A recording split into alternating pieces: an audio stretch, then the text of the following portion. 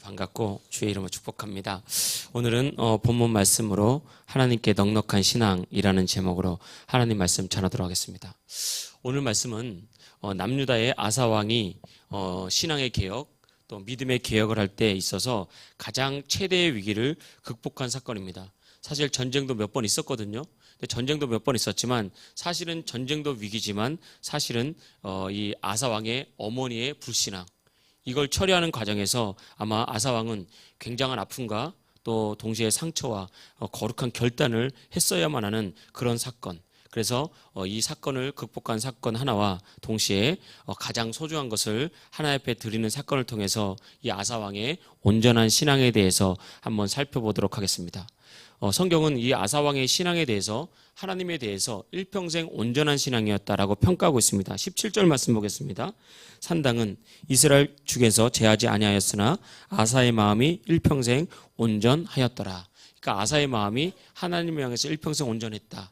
이 표준 세번역 성경에 보니까 주를 사모하는 아사의 마음은 평생 한결같았다. 이렇게 표현을 하고 있습니다. 그래서 하나님께서 성경을 통해서 이 아사의 신앙을 인정하고 칭찬했다라는 것을 알 수가 있습니다. 그래서 아사는 하나님께 칭찬받았던 인생, 또 하나님께 인정받은 최고의 인생을 살았다라는 것을 우리가 알 수 있죠. 여기서 우리가 온전했다라고 하는 것은 완전했다. 전혀 죄를 짓지 않았다. 부족함이 없었다. 그런 말은 아닌 겁니다. 성경을 이후에 보면 16장에 보면 이제 아사 왕의 실패에 대해서도 나오거든요. 범죄하고 하나님을 떠난 모습도 있지만 그럼에도 불구하고 아사 왕의 신앙이 온전했다라고 하는 것은 이 아사 왕의 하나님을 향한 중심, 하나님을 향한 마음, 이런 것들이 변함이 없었다. 내가 실패했을지라도, 내가 부족했을지라도 여전히 하나님을 사랑했고, 그럼에도 불구하고 여전히 하나님을 의지하는 그 마음이 여전히 있었다. 하나님 그 중심을 보시고 아사 왕을 칭찬했다라고 그렇게 말하고 있습니다. 그렇다고 우리가 신앙생활하면서 행함이 필요 없다는 것은 아니죠. 우리가 말씀을 잘 이해할 필요가 있는 것입니다. 중심이 하나님께 살아있으면 행동은 저절로 나오는 거죠. 오늘 첫 번째 사건이 어머니를 폐위한 사건이잖아요. 그러니까 오죽하면 어머니를 폐위했겠습니까? 그 가정 가운데 아사가 얼마나 많은 고민과 또 아픔과 또 어떤 갈등을 겪었겠습니까? 그럼에도 불구하고 어머니를 폐위시켰을 때는 하나님을 사랑하는 중심이 있었기 때문에 그렇게 행함이 나타날 수 있는 거예요. 그래서 이 믿음과 행함, 사랑과 행함은 이렇게 이제 선물로 비유할 수 있거든요. 이런 거죠. 선물을 준다고 해서 다 사랑하는 건 아닙니다. 그렇잖아요. 사랑하지 않아도 선물 줄 수 있잖아요. 그런데 반대로 사랑하면 무조건 선물을 주게 돼 있죠. 그래서 사랑하면 선물을 주게 돼 있어요. 그래서 누군가 이 자리에는 다 결혼하신 분들인데 누군가 이제 앞으로 여학생이 이제 대학생이 되거나 청년이 됐는데 이 남자가 나를 사랑한다 그러는데 지갑이 안 열려요. 맨날 가면 1,000원짜리 커피만 마시고 4,500원짜리도 있는데 맨날 그렇게만 먹으면 한번 물어봐야 됩니다. 너 나 사랑하는 거 맞냐? 한번 물어봐야 돼요. 왜냐하면 사랑이라는 것은 우리의 정신을 좀 잃게 만들거든요. 그러다가 결혼하면 정신이 다시 돌아오면 4,500원짜리 커피에서 다시 1,000원짜리 커피로 가는 거죠. 근데 사랑이라는 것은 우리를 이렇게 행함으로 연결시켜주게 되는 것입니다. 왜냐하면 사랑은 언제나 사람을 넉넉하게 만들어요. 그래서 사랑하면 없던 시간도 생기고 사랑하면 없던 힘도 생기고 사랑하면 때로는 숨겨둔 돈도 꺼내서 이렇게 그걸로 사랑하는 사람을 기쁘게 하는 것. 이게 사랑이거든요. 사랑하니까 아깝지 않은 거잖아요. 그래서 사랑은 언제나 행함을 동반하고 행함을 따라가는 게 되는 것입니다. 그래서 오늘 본문 말씀에 그러면 아사가 가졌던 그 중심, 하나님 향한 중심은 무엇이냐? 첫 번째 메시지는 아사는 하나님 앞에 늘 겸손했던 것을 우리가 알 수 있습니다. 겸손이란 것은 마음을 낮추는 거잖아요. 신앙에 있어서 왜 겸손이 중요하냐? 단지 하나님께 그냥 나는 뭐 낮춘다, 이것도 중요하지만 겸손이 중요한 이유는 겸손해야 말씀이 들리기 때문에 그렇습니다. 또 겸손해야 순종할 수 있기 때문에 그래요. 우리 이 땅을 살아가는 것도 마찬가지입니다. 누군가가 우리에게 도움을 주려고 좀 뭔가 가르쳐 주려고 그러면 겸손하면 뭐라도 배우려고 하거든요. 근데 마음이 높아져 있잖아요. 그러면 나를 되게 실수한 사람처럼 그렇게 내가 받아들이면서 뭔가 배우거나 이걸 제일 잘 들으려고 하지 않고 자꾸 변명하거나 여러 가지 이제 둘러대기에 바쁘거든요. 그게 꼭 나쁘다는 게 아니라 겸손해야 우리가 들릴 수 있게 되고 겸손해야 들리면 순종할 수 있게 되고 그래야 우리가 성장하고 유익을 누릴 수 있기 때문에 그렇습니다. 근데 반대로 우리의 생각과 마음이 말씀보다 높아지면 안 들리는 거죠. 심지어 안 들리는 정도가 아니라 우리의 생각과 마음이 말씀보다 높아지면 말씀이 거슬러요. 왜 저런 말씀을 하시지? 왜 저렇게 성경은 나와 있지? 꼭 그렇게 해야 되나? 말씀이 내 마음 가운데서 거치는 돌이 돼서 말씀 때문에 살리려고 주신 말씀이 나를 넘어뜨리는 그런 일들이 나타나게 되는 것입니다. 이게 바로 우리의 마음이 높아졌기 때문에 그래요. 그러다가 무너지는 거거든요. 그래서 말씀에 집중이 안 되고 말씀이 들리지 않고, 오늘 예배를 드렸고 내가 말씀을 묵상하고 읽었는데 나에게 주시는 말씀이 이렇게 깨달음이 자꾸 없고 마음이 무뎌질 때는 우리가 한 가지 생각하면 됩니다. 아, 내가 지금 영적인 위기구나, 영적인 공격을 받고 있구나, 또 심지어는 내 생각과 마음이 지금 말씀보다 높아지는 것은 아닌가, 이걸 점검하고 돌이키면 되는 것입니다. 돌이키면 언제나 하나님은 우리를 새롭게 하시는 거죠. 출애굽할 때 모세가 하나님의 말씀을 가지고 바로에게 말했습니다. 하나님께서 이스라엘 백성들을 보내라고 하십니다. 그때 바로가 뭐라 그랬죠? 도대체 니네가 믿는 하나님이 누구기에 나한테 그런 말을 하느냐. 그 말씀은 그냥 쳐내버리잖아요. 들리지 않는 거죠. 그러다가 망한 거예요. 그러다가 바로가 힘이 없어서 망한 것이 아니라 말씀이 들리지 않으니까, 말씀을 자꾸 거절하고 쳐내버리니까 그러다가 실패한 것입니다. 근데 겸손할 때는 반대의 일이 일어납니다. 베드로전서 5장 6절에 보니까 이렇게 말하고 있습니다. 그러므로 하나님의 능하신 손 아래서 겸손하라. 때가 되면 너희를 높이시리라. 그러니까 왜 겸손한데 우리가 높아지죠? 왜냐하면 겸손하니까 말씀이 들리잖아요.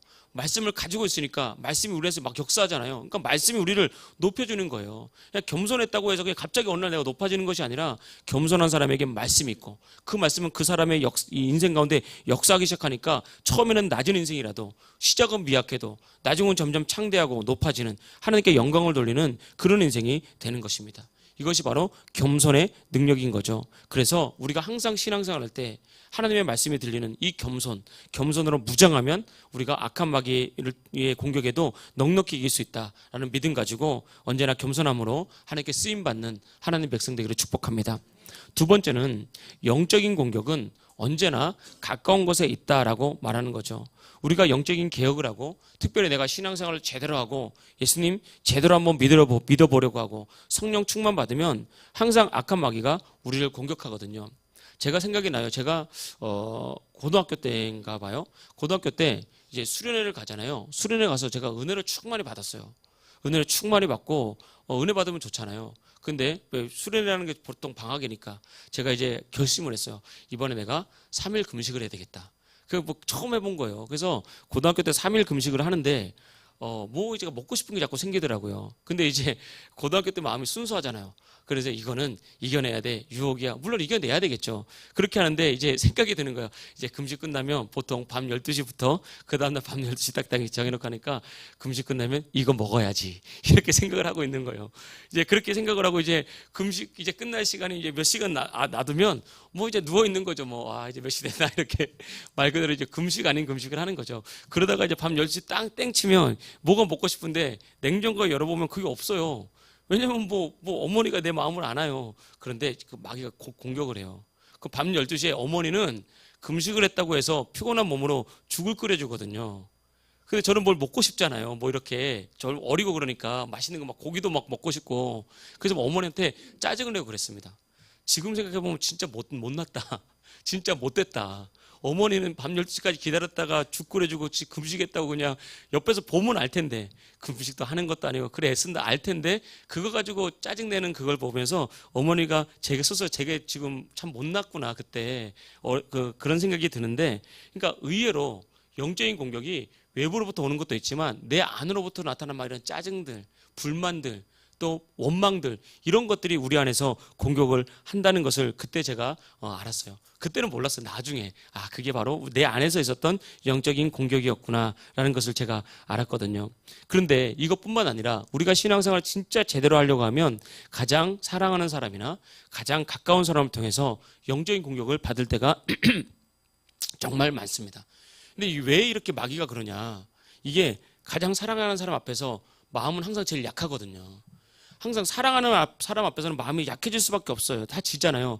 그래서 마음이 약하니까 이 영적인 공격인지 알면서도 그냥 다 이해하고 다 받아주고 다 괜찮다고 허용하다가 결국은 신앙에 실패하게 되고 마귀에게 깨지고 나도 죽고 믿음 약한 사람도 죽고 이렇게 되는 것입니다. 그래서 오늘 말씀을 통해서 보면 아사의 개혁에 있어서 가장 걸림돌이 된 사람이 누구냐? 그것은 바로 아사의 어머니 마아가였어요. 아사 왕은 나라를 살리려고 우상을 깨뜨리고 가증한 물건을 없애고, 이 가증한 물건이 막 집집마다 있는 우상 이런 것들이거든요. 가증한 물건을 없애고 막 이렇게 있는데 어머니 마아가가 이 우상 아세라 우상을 집에 들여놓는 거예요. 그러니까 이제 이 아사 왕이 얼마나 고민이 많았겠습니까? 아마 성경에서는 이렇게 짧게 표현하고 있어도 어머니 찾아갔겠죠. 어머니, 지금 우리나라가 믿음으로 서지 않으면 망합니다. 우리나라가 두 쪽 나가지고 우린 두 지파밖에 없는 부족한 연약한 나라인데 믿음으로 바라서서 하나님 의지해야죠. 이거 없애십시오라고 분명히 얘기했을 거라고요. 왜냐면 믿음의 사람이니까 부모님을 공경했을 거 아닙니까? 그런데 이 어머니가 오죽하면 폐위됐겠습니까? 말을 안 듣는 거죠. 네가 뭐 어떻게 왕이 됐느냐 그러면서 뭐 그랬겠죠. 그런 가정 가운데 아사 왕이 영적인 결단을 내린 겁니다. 그러면서 어머니를 그 왕이 황위의 자리에서 폐위시켜 버렸어요. 그 내쫓아 버렸습니다. 그리고 가증한 물건을 어떻게 했냐? 그냥 태운 것도 아니고 갈아가지고 그 가루를 불에 타서 완전히 발본색원이라고 하죠. 뿌리채 아니 뽑아버리는 이런 신앙의 개혁의 모습을 보였던 거죠. 이런 것들이 다 의미가 있는 거죠. 영적인 공격은 가장 가까운 것에 가장 사랑하는 사람을 통해서 나타날 수도 있다. 또 어차피 영적인 개혁을 할 때는 발본색원 뿌리채 갈아가지고 다 태워버려서 다시는 싹 쫓아나지 못하게 만들어야 된다. 이런 영적인 의미가 이 속에 다 있는 건데, 항상 악한 영들 마귀는 우리 인간의 연약함을 치고 들어와서 공격을 하거든요. 그래서 원수 마귀도 다 안다 이 말입니다. 그때 우리가 마음을 굳게 먹고 담대히 먹어야 되는 거예요. 이 아사왕이 태요의 자리를 피했던 것처럼, 또 왕비의 자리에서 내쫓아버렸던 것처럼, 그리고 그 우상을 찍어서 기드론 시내가에 가서 이렇게 불태웠던 것처럼, 가루를 만들어서 불태웠던 것처럼 우리도 이런 과정이 필요하다는 거예요. 분명히 이런 영적인 싸움이 있어야 됩니다. 그래서 예수님께서 누가복음 12장에 말씀하셨어요. 내가 불을 던지러 이 땅에 왔다. 내가 너희에게 화평을 주러 온 줄로 생각하지 말아라. 내가 오히려 너에게 분쟁을 주려고 왔다. 아니, 왜 사랑의 하나님이 우리에게 분쟁을 줍니까?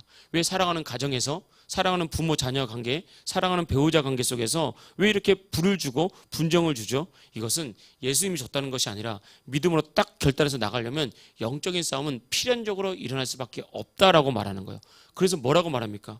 불을 주러 왔다고, 싸우라고, 이기라고 그렇게 말을 하고 있는 것입니다. 그래서 우리가 믿음의 성장에 있어서는 필연적으로 내적인 싸움도 있고, 그리고 자를 부인하고 나를 깨뜨리는 내적인 싸움도 있고, 두 번째는 또 영적으로 가까운 사람, 사랑하는 사람, 믿는 사람을 통해서 오는 공격이 있고, 이런 것들이 정말 힘들고 어려운 건데, 이 영적인 싸움에서 반드시 이겨야 같이 손잡고 천국 간다. 중요한 건 바로 이거예요. 우리가 왜 이겨야 됩니까? 우리가 그냥 뭐 힘이 세서 이기라는 것이 아니라, 이기면 그때 비로소 화평이 찾아옵니다. 이겨야 손잡고 천국 가죠. 지면 같이 손잡고 지옥 가는 거예요. 그러면 안 되지 않습니까? 그 성경은 분명히 이렇게 말하고 있는 거죠. 우리가 신앙생활 하다 보면 신앙이 어떤 갈등이 제일 먼저 일어나는 초반적인 영적인 싸움이 주로 이제 배우자의 관계 속에 있거든요. 남편과 아내가 신앙이 둘 다 좋고 좋은 신앙으로 비슷하면 참 좋죠. 그러면 서로 이렇게 철을 날카롭게 하듯이 계속 성장해 갑니다.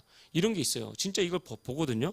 배우자 간에도 마찬가지고, 부모 자녀 간에, 형제 간에, 또 같은 신앙생활하는 우리 믿음의 우리 형제 자매들, 같은 교인들, 이런 분들이 신앙이 딱 좋아가지고요, 서로 마치 영적인 경쟁을 하듯이 뭐 더 높아지고, 이게 아니라 내가 하나님을 더 사랑하려고 이렇게 막 하다 보면 신앙이 막 급속도로 성장하는 걸 진짜 봅니다. 그런데 이제 언제 문제가 생기냐면, 남편과 아내 둘 중에 한 명이 믿지 않거나, 둘 다 믿지만 남편의 신앙은 뜨거운데 아내가 냉랭하거나, 그 반대가 되거나, 그럼 항상 이게 영적인 싸움과 갈등을 항상 겪게 되고 영적인 싸움이 일어나거든요. 근데 싸움을 해보면요, 신앙이 좋은 사람과 약한 사람이 영적인 싸움을 싸우면 항상 신앙이 강한 사람이 지는 경우가 더 많습니다. 보통 보면 다 그래요. 그래서 믿지 않는 배우자와 결혼하면 나중에 믿는 배우자가 신앙을 잃는 경우가 더 많지, 믿지 않는 배우자가 믿는 경우가 오히려 덜하다 이 말입니다. 신앙도 마찬가지예요. 그래서 우리가 이렇게 신앙생활 할 때, 여러분 배우자가 같이 신앙생활을 한다면, 아 진짜 나는 신앙인데 저렇게까지 해야 되나? 아니 남편이 저렇게까지 해야 돼? 아내가 저렇게까지 해야 돼? 그러면 딱 그냥 입 다물고 그냥 가만히 있어야 됩니다. 왜냐면 그 배우자 때문에 복 받는 거예요. 그 배우자 때문에 잘 되는 거예요. 그런데 믿음의 싸움이 있을 때는 막 머리에서 소리 지르고 싸우라는 게 아니라 그런 거 있잖아요. 하지마 그러면 알았어 해놓고 할 거 다 해. 이런 사람이 있거든요. 하지마 그랬는데 안 한다고 대답했는데 나중에 할 거 다 해요. 이렇게 하면 됩니다. 이렇게. 진짜 싸우고 막 이러는 게 아니라, 제가 한번 말씀드렸잖아요. 그 고구마 전도왕했던 김기동 집사님, 아내가 먼저 예수님 믿었잖아요. 원래 둘 다 예수님 안 믿는 집이고, 이 김기동 집사님은 원래 불교에 이렇게 투철한 어떤, 또 육사 출신이라서 이런 게 또 불교에 대한 충성심이 강한 이런 스타일인데, 어느 날 보니까 집에 성경책 한 권이 있는 걸 보고 아내한테 물었대잖아요. 너 교회 다니냐고. 그 교회 어떻게 갔다고 그러니까, 무슨 좀 겁이 나서 갔다 그러니까, 한 번만 더 가면 다 뽀샤버린다. 막 경상도 사람인데 뽀샤버린다고 성경책 가서 막 찢어버리고 그랬다잖아요. 근데 어느 날 보니까 성경책이 한 권 더 있더래요. 그래서 이거 어디서 났냐고. 내가 다 찢어버린다고 하지 않냐고 그랬더니, 아니 내가 산 게 아니라 누가 줬는데, 이거 보니까 뭐 몇만 원짜리인데 아깝잖아. 그냥 이제 뭐 다 집에 가면 성경책도 한 권씩인데 장식용으로 놔뒀다고. 그럼 그 장식용으로 놔서 그 자리에 있어야 되는데, 어느 날 퇴근하고 보면 여기 있던 성경책이 저기에가 있는 거예요. 이거 분명히 이제 의심하는 거예요. 분명히 지금 교회 다닌다 지금. 그래가지고 한 날은 이제 그 미행을 했다 그러잖아요. 이제 출근을 해야 되는데 출근 안 하고 미행을 하는데 보니까, 어디서 낯익은, 우리 이제 보면 이제 신방 다닐 때 권사님들이나 우리 집사님들의 있게거든요. 이제 세미정략점 딱 입고 이 성경 가방을 이렇게 딱 꽂고 가는 분위기들이 있거든요. 딱 보면 아, 저 교회 분들 같다 이런 게 있거든요. 근데 그 김기동 집사도 딱 보니까 집 앞에서 딱 있는데, 어느 차가 한 대 서더니 여성의 무리가 내리더래요. 그 중에 남자가 한 명 있고. 근데 딱 보니까 예수쟁이다. 그래가지고, 야, 저 할 일이 없어가지고 저 오전부터 저렇게 모여가지고 하나. 근데 어디서 익숙한 사람이 보이더래요. 그래서 가만히 보니까 그 중에 한 명 아내가 껴있더라는 거예요. 그래가지고 바로 차문 열고 나가가지고요. 그저 무하는 거 상관없이 안에 당장 당신 다들 가라고. 그리고 이제 막 무한 주고 사람 다 쫓아버리고 아내한테 가가지고 또 성경에 찢어본 난리 법석을 피웠다 그러잖아요. 그래서 절대 가지 말라고, 안 가겠다고. 그런데 또 성경책이 또 있고. 그러니까 이런 싸움이에요, 이런 싸움. 싸움이 대들고 막 이렇게, 그게 아니라 알았다고 그러고 할 건 다 하는. 지혜죠, 지혜. 뭐 가정마다 다 지혜가 있지 않겠습니까? 이렇게 반드시 이겨가야 되는데, 항상 신앙이 강한 사람이 끌려가다가 결국은 같이 믿음 잃어버리는 경우가 정말 많은데, 이게 마귀의 고단수 전략이에요. 이게 우리가 반드시 깨어 근신해야 됩니다. 사실은 싸우기 싫잖아요. 아니 사실 우리가 살다 보면 제일 괴로운 게 부부싸움이거든요. 부부싸움. 다른 데서 속썩이고 이런 거는 그나마 참을만 해요. 근데 부부싸움 하면 이거 진짜 막 속 터지려고 이렇게 힘들고 괴롭고 싫고, 그러니까 이제 싸움도 은혜 떨어지고, 그러다 보니까 싸우기 싫어서 하나둘 맞춰주다가요, 때가 되면 악한 영이 그 사람 마음 확 휘어잡습니다. 이게 그렇게 되게 되어 있어요. 그래가지고 항상 하나 뒤로 내가 물러나지면 1보 후퇴하면 10보 전진하겠다, 이런 거 없습니다. 영적인 싸움에서는 항상 지혜롭게, 항상 반걸음이라도 계속해서 앞으로 나가면서 우리가 신앙에서 이겨야 되는데, 이게 왜 중요하냐? 어느 딱 순간이 딱 되면 영적인 장악이 분명히 일어납니다.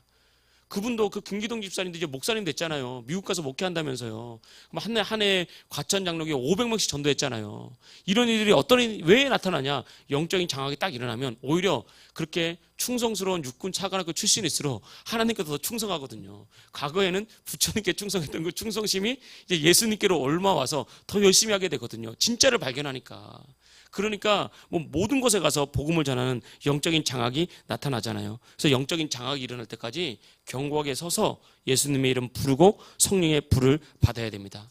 갈등이 힘들지만 두려워하지는 마십시오.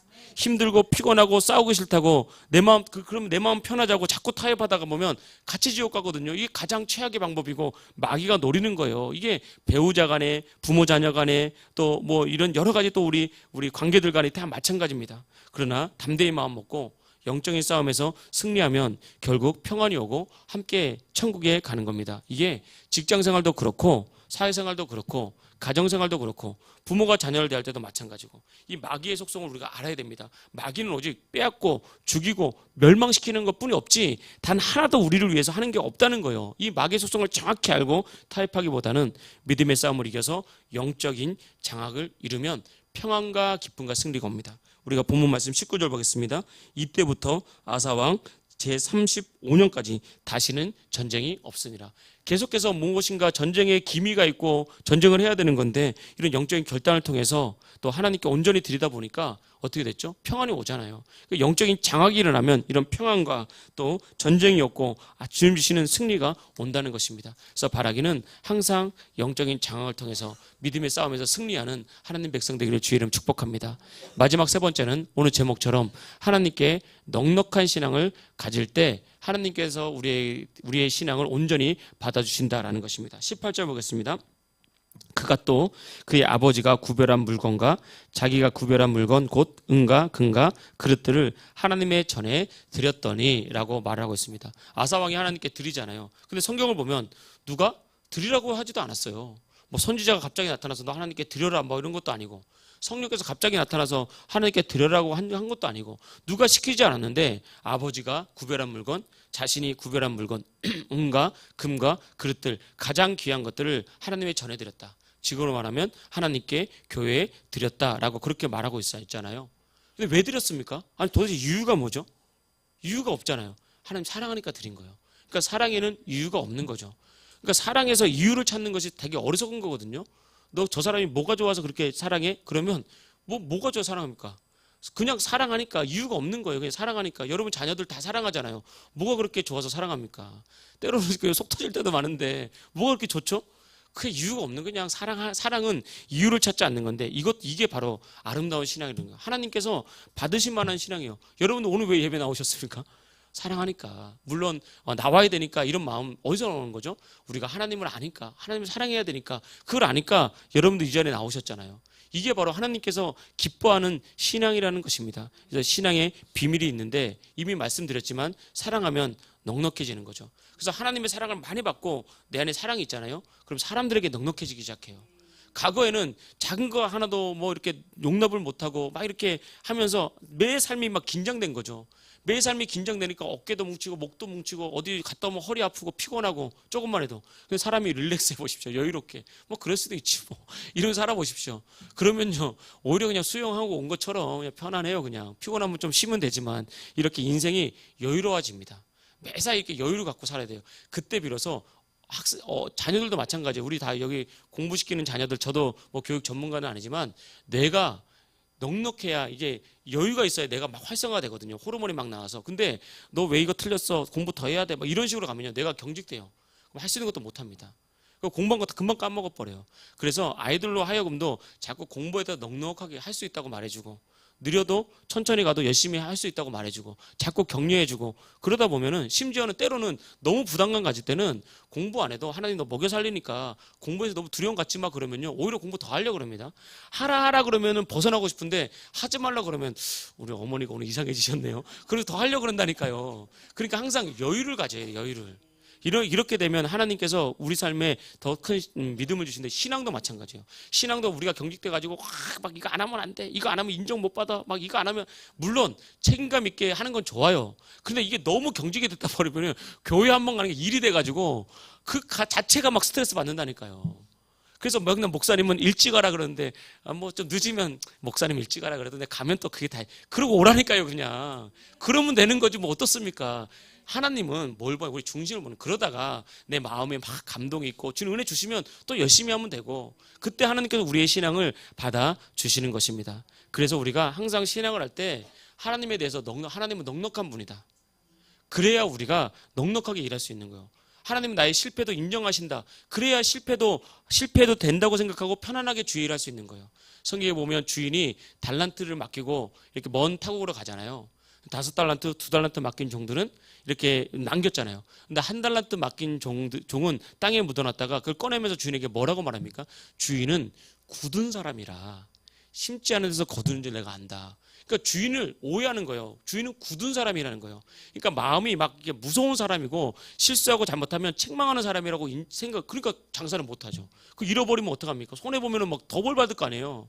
그러니까 하나님을 생각할 때 하나님은 나를 벌 주시는 분이다. 못하면 책망한다. 못하면 막 불러다가 1번 쳐봐. 못한 거 10가지 돼. 이런 분은 아니다. 하나님이 넉넉하신 분입니다. 하나님 다 우리가 실패하는 것조차도 다 감안하시는 분이라니까요. 우리가 그걸 알고 그냥 주님께 하나님 나에게 넉넉한 분이니까 부족해도 편안하게 주님 믿어야지. 그러면서 대신에 은혜 받아야지. 대신에 성령 충만해야지 하다 보면 하나님께서 우리 인생을 쉽게 또 은혜롭게 점점 더 풀어가는 거예요. 우리 이런 신앙 가질 필요가 있는 거죠. 그래서 우리가 주님 앞에 신앙생활 할 때도 하나님 넉넉한 분이라는 것을 알고 우리가 편안하게 나가고 또 우리가 하나님의 사랑을 받게 되면 우리가 항상 하나님 앞에도 넉넉한 신앙 갖게 되거든요.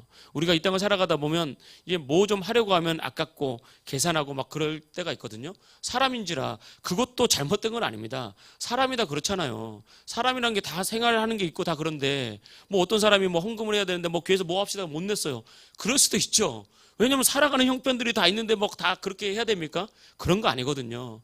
그런데 사랑하면 우리의 마음이 대신 바뀐다는 거예요. 사람 다 그런데 저도 전도사 시절에 목회자라는 게 그렇잖아요. 작은 게 목회자의 삶이라는 게 항상 부족하고 넉넉하지 않죠. 근데 뭐 목회자뿐 아니겠습니까? 많이 버는 사람 부족하고 적게 벌면 또 적게 버는 대로 부족한데 제가 전도사 시절에 부흥 강사 목사님이 오셔서 부흥회를 했어요. 그때 제가 참 은혜를 많이 받은 기억이 나거든요. 근데 그 은혜 받은 중에 제가 어느 날 책상 정리를 하다가 그때 부흥회 때 있던 소책자 그거 제가 발견했어요. 그거 제가 깨알같이 이렇게 설교를 메모했더라고요. 그래서 뭐 빨간 거 치고 별표 치고 막 그랬더라고요. 그래서 무슨 뭐 별표까지 쳤냐, 뭐 호로 혼자 그러면서 읽어보면서 제가 몇 번 막 줄치면서 이렇게 해서 내 감동을 적은 그 부흥 강사님이 하셨던 말씀이 있어요. 그 강사님이 뭐라고 말했던 말씀에 제가 은혜를 크게 받았냐면 하나님 앞에서 계산하면 하나님도 계산하신다. 이게 그냥 평범한 말인 것 같은데 제 마음에 깊이 와닿았어요. 왜냐면 그때는 너무 가난했기 때문에 이게 주님 앞에 뭔가 헌금 드린다는 게 상당히 부담이 많이 됐거든요. 그래서 저는 제가 가정 생활을 제가 하진 않고 사모님이 다 하니까 저는 뭐 이렇게 그런 물질이 뭐 어떻게 쓰이는지 이런 것들 뭐 큰 거 알려주는 것만 알지 잘 모르거든요. 다 이렇게 하는데 그 말 딱 오면서 제가 하나님 앞에 결심을 했습니다. 앞으로 내가 하나님이 원하신다고 감동을 주시면 또 이렇게 성령께서 이렇게 말씀을 통해서 나에게 어떤 도전을 주시면 내가 계산하지 말고 뭐 어차피 뭐 제가 드려봐야 엄마 드릴 돈도 별로 없어요. 솔직히 말해서 뭐 몇 억 드리는 것도 아니고 몇 천만 원 드리는 것도 아니고 해봐야 몇만 원 몇십만 원인데 돈이 없으니까 그냥 그래도 원하시는 대로 이제 다 드려야 되겠다. 그냥 그런 말씀이 있어서 성령의 감동이 올 때마다 사모님하고 대화하고 그러면서 그렇게 이제 하면서 믿음은 있었죠. 하나님께 심는 거다 이거. 하나님 말씀 그대로 주신다. 그래서 이제 아까운 마음이 들 때는 눈 딱 감고 오히려 더 드렸습니다. 아깝게 생각될 때는 이거 아까우면 우리 인생 망한다. 평생 우리 나뿐만 아니라 자식 때까지 이 돈 때문에 망한다. 이런 생각으로 아까운 마음이 들면 뭐 돈 1,000원, 돈 10,000원에도 하나님께 더 드렸어요. 그러면 일단은 마음이 편해요. 성령의 감동에 순종했기 때문에. 근데 마음은 편한데 주머니가 비었어. 그런 경우 진짜 많이 하거든요. 그런데 이게 장기적으로 시간을 놓고 보니까 마음의 평안도 주실 뿐만 아니라 주머니도 하나님 꽉꽉 채워주십니다. 하나님 여러분 꽉꽉 채워주십니다. 그러니까 신앙생활 할 때 우리가 항상 이 물질 때문에 너무 예민하게 생각하지 마십시오. 그냥 내가 드릴 수 있을 만큼 하니까 드리면 돼요. 내가 드리면 되지. 뭐 하나님께서 액수를 보십니까? 믿음과 사랑을 보시지. 우리가 그게 중요한데 여기서 자꾸 마귀에게 넘어진단 말이에요. 자꾸 이렇게 마귀에게 넘어지면서 우리가 실패할 경우가 많거든요. 근데 그것만큼은 꼭 기억하십시오. 하나님께서 반드시 채워주신다. 그래서 그런 게 신앙생활 하면 됩니다. 우리가 이번에 저희 아이들도 학교 보내면서 불러다가 얘기를 했습니다. 지금부터 이제 너의 부모님은 내가 아니라 하나님이다. 저도 어디서 들은 건 있어가지고 그렇게 뭐 도전받겠지. 그래서 너의 부모님은 하나님이다. 풍족하신 하나님께 구해라. 이렇게 하면서 이렇게 얘기를 했더니 그냥 뭐 끄덕끄덕하고 있더라고요. 그래서 여러분 항상 우리가 신앙생활 할 때 우리가 늘 겸손하시고요. 항상 영적인 싸움을 두려워하지 마시고 항상 영적인 갈등을 두려워하지 마시고 지혜롭게 이겨내시고 마지막에는 하나님 앞에 넉넉한 신앙이 되어서 정말 하나님 주시는 정말 충만한 축복과 은혜를 받아 누리기에 부족함 없기를 주의 이름으로 축복합니다. 할렐루야.